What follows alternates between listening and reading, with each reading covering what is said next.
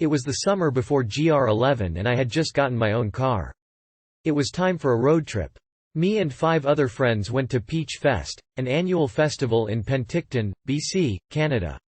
Peach Fest involved 10,000 young people going camping, or hoteling for the week to a small town of interior BC and losing all inhibitions. Nothing was planned except for tents, sleeping bags, a little food and some water. Before leaving, one of my friends said he had some mushrooms to sell to me for $20. He had had an incident a few months back on them that had him fighting a couple of friends, breaking down and crying like a little baby, and vowing to never eat mushrooms again. I had smoked quite a bit of pot in my day, but mushrooms was something I'd always thought about trying and never did. So I bought for $20 roughly 8 grams of mushrooms, one half of which had been crushed to powder sometime during that night he spoke of. We arrived in Penticton a little later than expected and luckily found a place to camp on the front lawn of a campsite owner. After setting up the tent, it was already 8 at night and it was time for something to be happening. So I popped 7 grams of the mushrooms with some beer and waited for the effects. Mushrooms were a foreign idea to me at the time. 7 grams didn't mean anything. My friends who had some experience but very little didn't tell me anything about them or how much to take.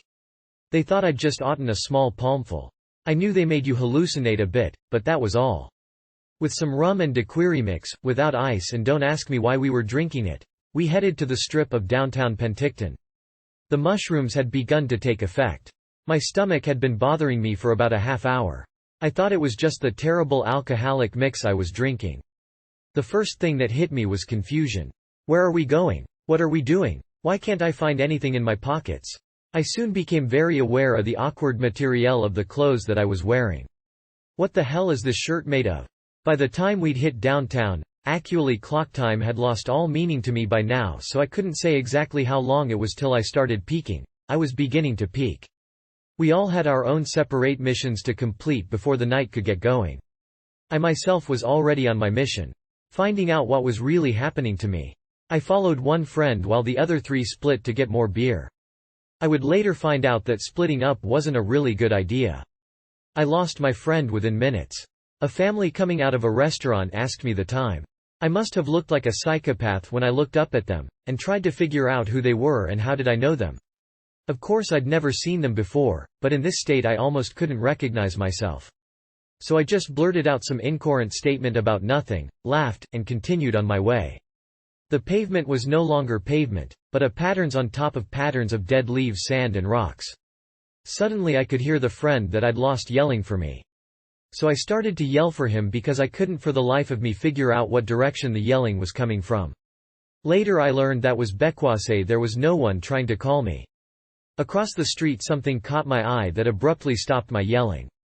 A vivid mural on the wall that was attempting to Bridgeton up the town was moving. The Technicolor trumpet player stepped away from the wall a bit and his trumpet was now pointed toward me. Little people or something vaguely representing them in multicolors were flowing from the wall and crawling into the end of this mon's trumpet. I knew I was on mushrooms, but couldn't believe that it was just the drugs causing this surreal moment. Luckily for me, my friend came by an unknown amount of time later and shook me. I turned at him and asked him why he couldn't see what I was seeing, and then he asked me how much of the bag I'd eaten. I told him and he let me in on the fact that I'd eaten quite a lot compared to the norm, and that was why I was hallucinating so much. Then I asked him, didn't we just have this conversation? I learned then too the déjà vu effect was also from the mushrooms and that we hadn't. I would experience this several times before the end of the night. I soon lost my friend again and forgot where I was supposed to meet him and everyone else and at what time. I soon found myself in what I thought was a graveyard, again don't ask me why, and fell down.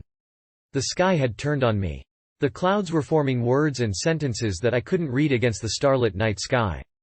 Who was trying to speak to me, and what are they trying to say? Then the biggest trip of all happened.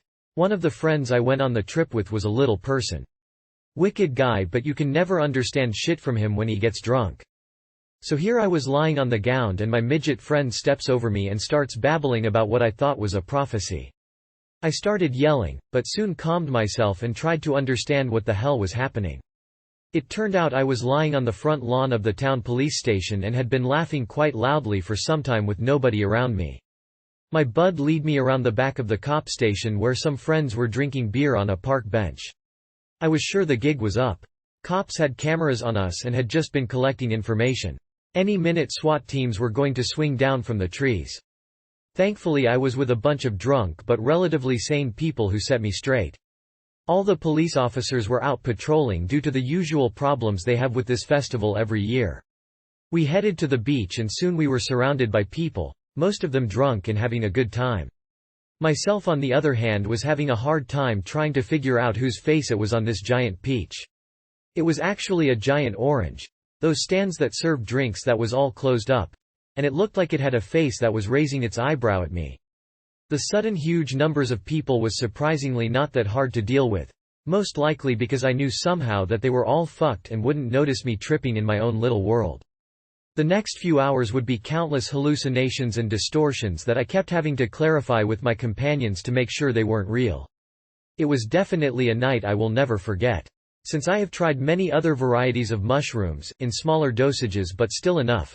Although I still don't know what kind it was I did this particular night. I have also learned to research new drugs a little before doing them. Tough, I must admit, not knowing what's coming to you is a whole other trip. Peace all.